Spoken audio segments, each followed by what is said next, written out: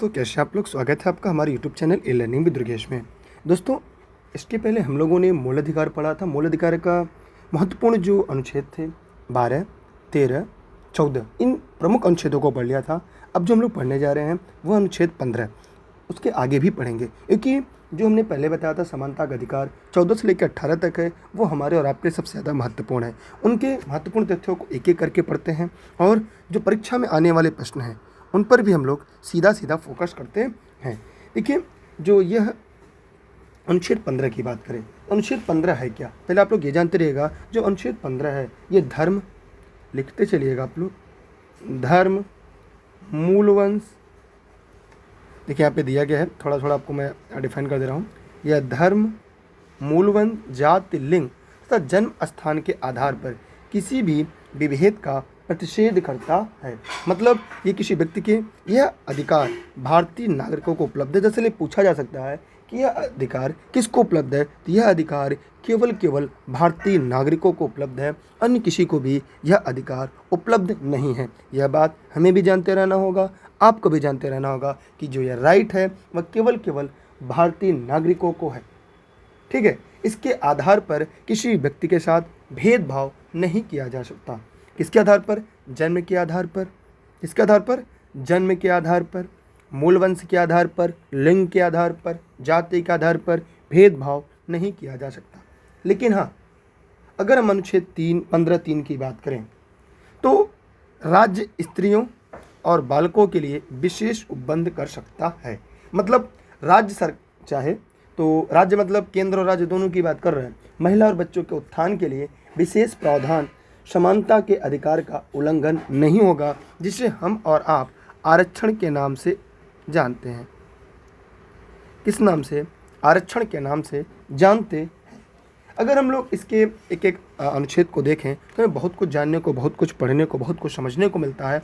जैसे अगर यहाँ पे अनुच्छेद 15(1) की बात करते हैं तो राज्य के द्वारा नागरिकों के साथ केवल धर्म, मूलवंश, लिंग, जन्म स्थान ऐसे किसी भी एक के आधार पर भेदभाव नहीं किया जा सकता। अगर 15(2) की बात करें तो जो राज्य है किसी भी नागरिक के ऊपर धर्म, मूलवंश, लिंग, जन्म स्थान, जाति के आधार पर कोई भी प्रतिबंध, दायित्व, अयोग्यता आरोपित नहीं कर सकता। जैसे होटल या सार्वजनिक स्थानों पर न जाएं, दुकान, कुआं, तालाब, घाट, सार्वजनिक उपयोग के लिए सड़क अथवा पूर्णतः आंशिक रूप से सरकारी वित्त प्राप्त संस्थाओं में प्रवेश और उपयोग को रोका नहीं जाएगा। एक लाइन में समझ लीजिएगा कि जो अनुच्छेद 15(2) है, आर्टिकल 15 जो 2 है, माने किसी व्यक्ति को रोकेगा नहीं। किसी भी सार्वजनिक स्थान पर ये व्यक्ति नहीं जा सकता, ये व्यक्ति नहीं कर सकता, सभी को कर सकते हैं। यह आर्टिकल 15(2) समानता का अधिकार का सबसे बड़ा पूंजी आपके सामने है। अब इसमें एक और आता है 15(4), आर्टिकल 15(4), आपको यहाँ पे दिख रहा होगा आर्टिकल 15(4)। राज्य के द्वारा सामाजिक और शैक्षिक रूप से पिछड़े हुए वर्ग के लोगों तथा SC ST के उत्थान के लिए एक उपाय समानता के अधिकारों का उल्लंघन नहीं माना जाएगा। यह अनुच्छेद आर्टिकल 29(2) के विरुद्ध होगा।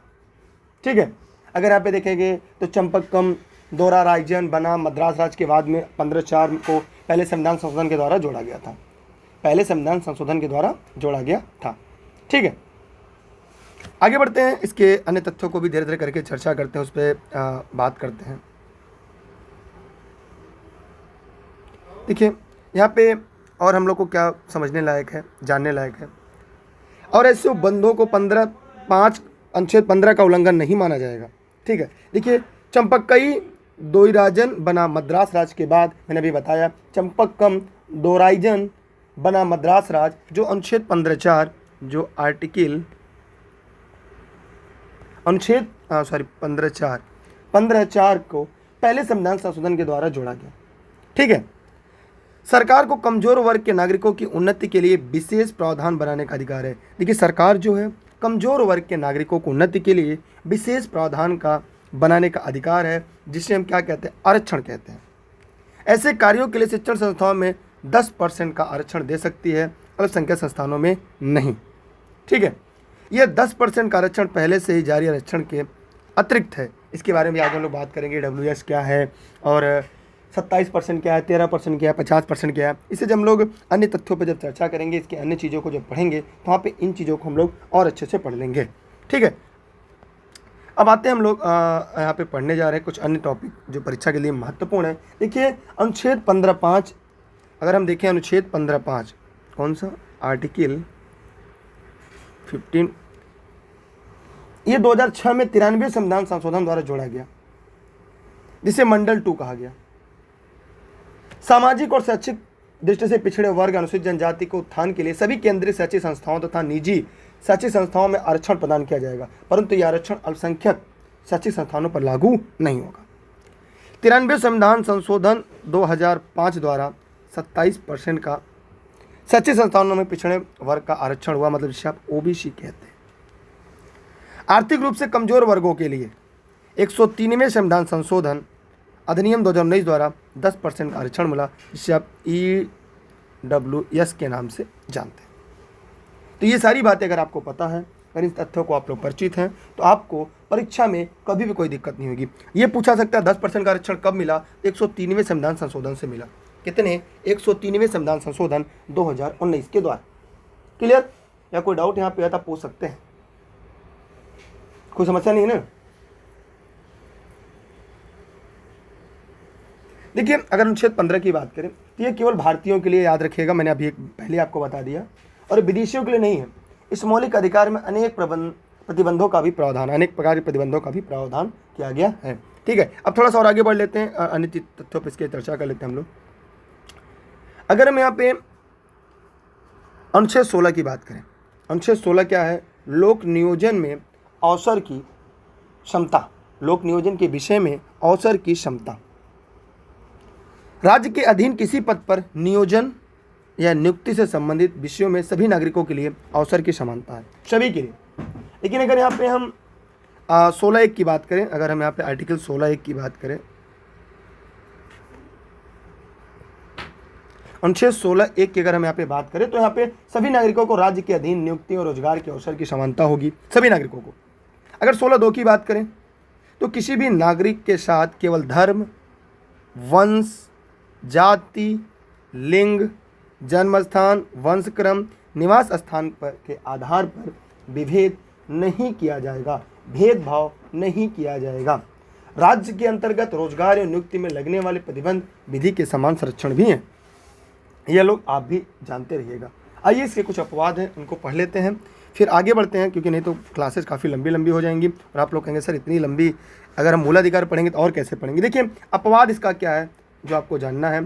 संसद किसी भी विशेष रोजगार के लिए निवास की शर्त आरोपित कर सकती है, किसी भी विशेष रोजगार के लिए निवास कि आप कहाँ के निवासी हैं वह आरोपित कर सकती है।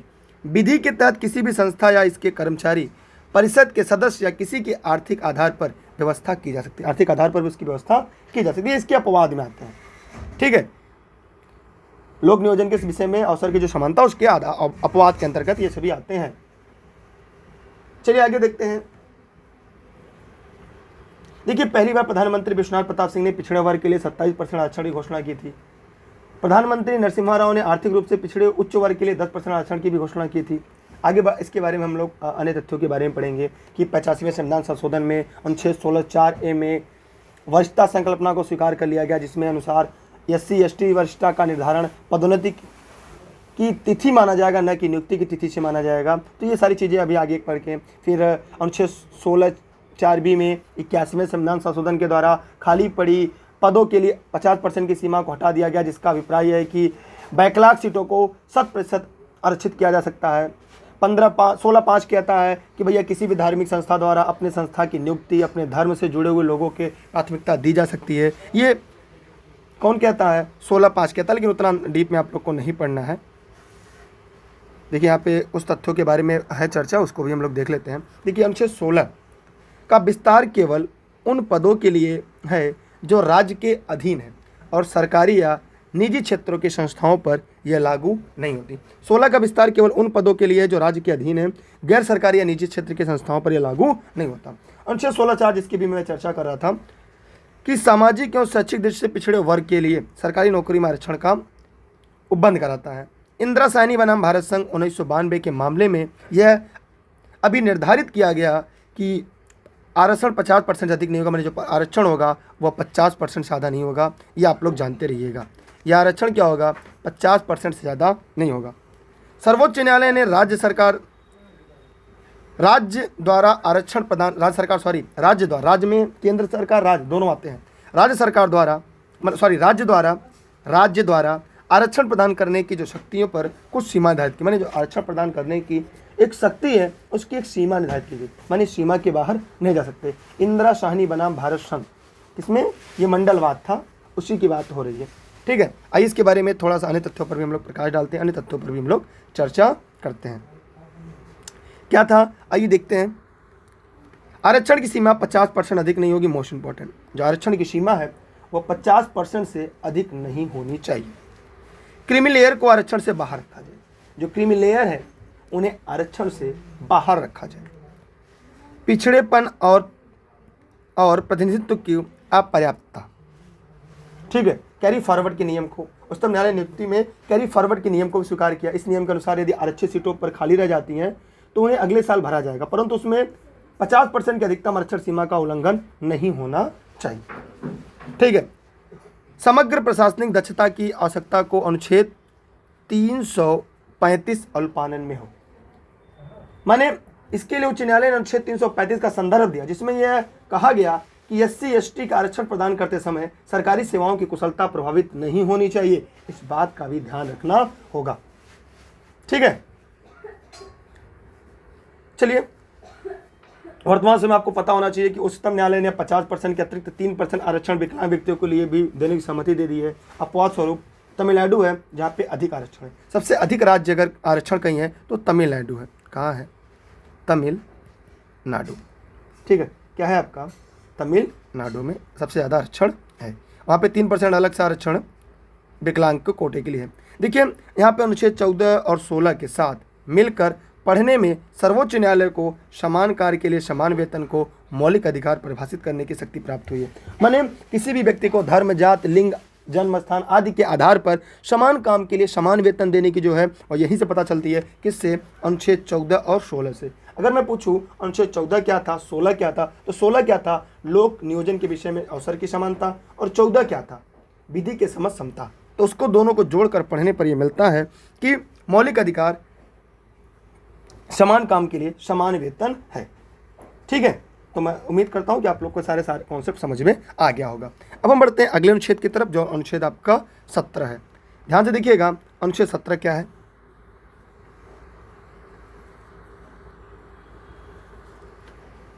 अस्पृश्यता का अंत।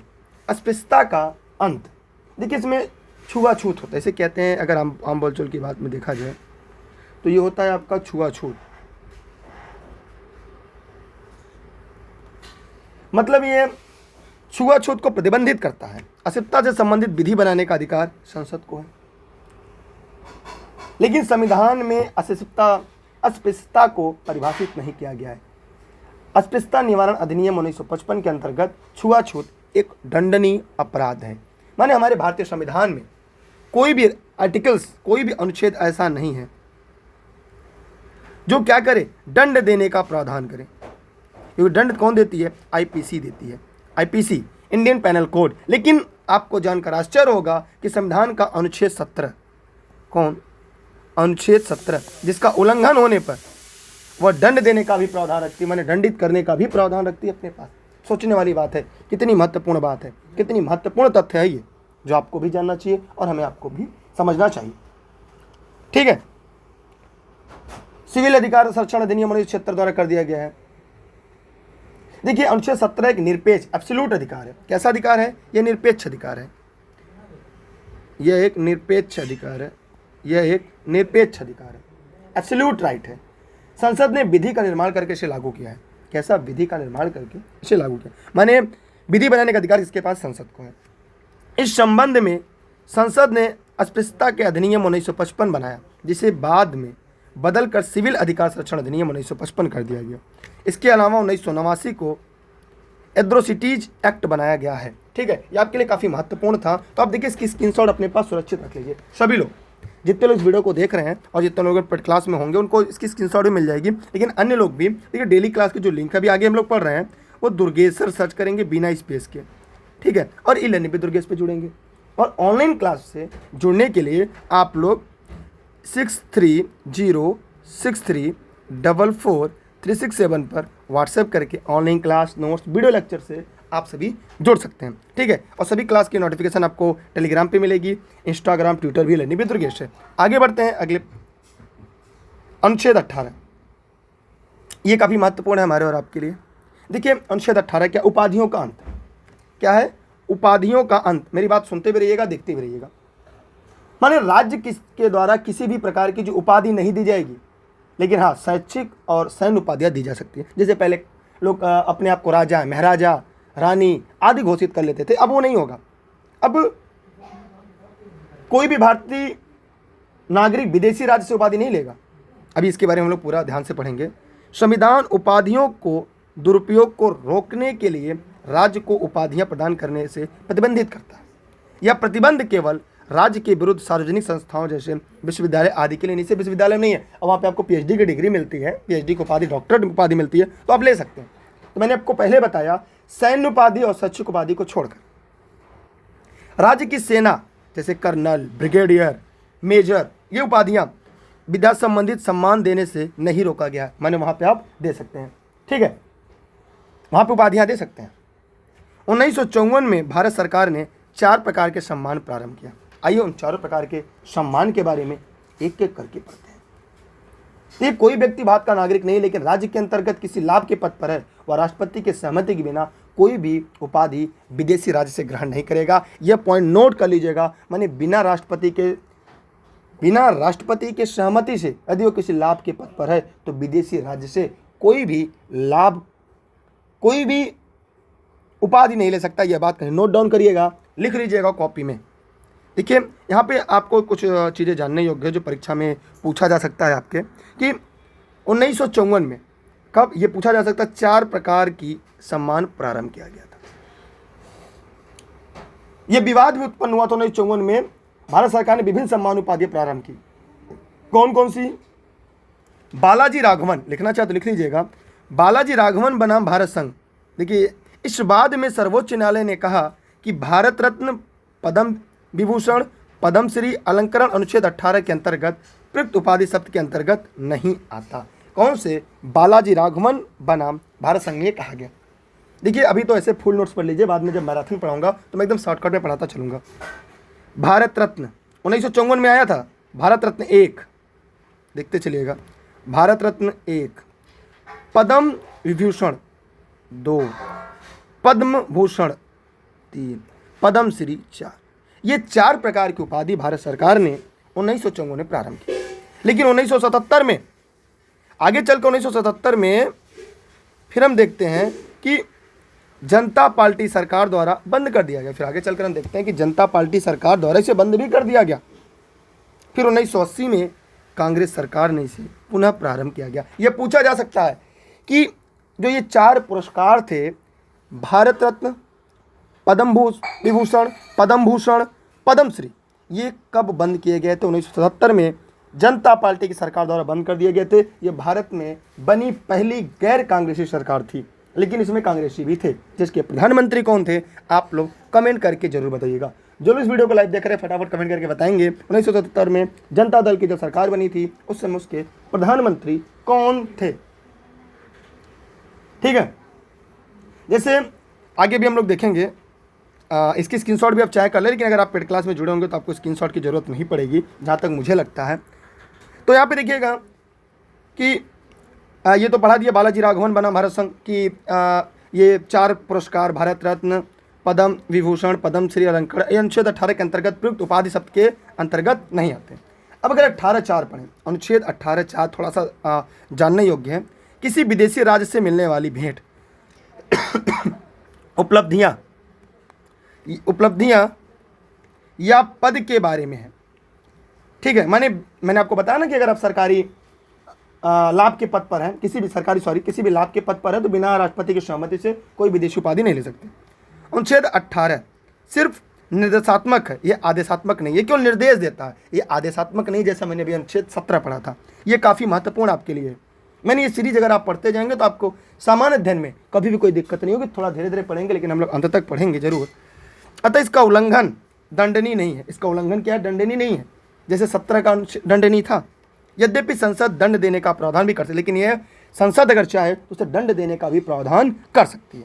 इस प्रकार आज हम लोगों ने काफ़ी महत्वपूर्ण चीज़ें, जो महत्वपूर्ण आर्टिकल्स थे वो पढ़ लिया। इस प्रकार आज समानता का अधिकार जो पूरी तरह से क्लियर हो गया, क्योंकि इसके पहले 14-15 हम लोगों ने पढ़ लिया, 14 पढ़ लिया था। आज हम लोगों ने 15, 16, 17, 18 को पढ़ लिया। इसके बाद अगले वीडियो में आएंगे तो अन्य तथ्यों को भी पढ़ेंगे। यहाँ से अगर कोई दिक्कत हो तो आप कमेंट करके पूछ सकते हैं। और हाँ, टेलीग्राम पे आप लोग दुर्गेश सर्च करके ई-लर्निंग विद दुर्गेश से जुड़ सकते हैं। सर्च क्या करना है, दुर्गेश सर बिना स्पेस के, ठीक है। दुर्गेश सर सर्च करेंगे, ई-लर्निंग विद दुर्गेश आएगा। जो हमारा फेसबुक पेज है, Instagram, Twitter, e-learning with Durgesh है।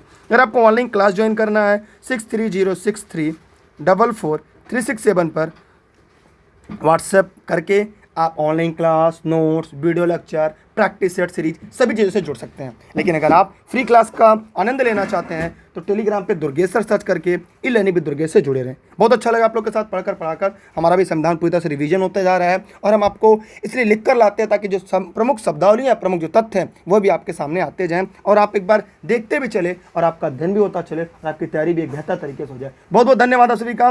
Best of luck. जय हिंद, जय भारत।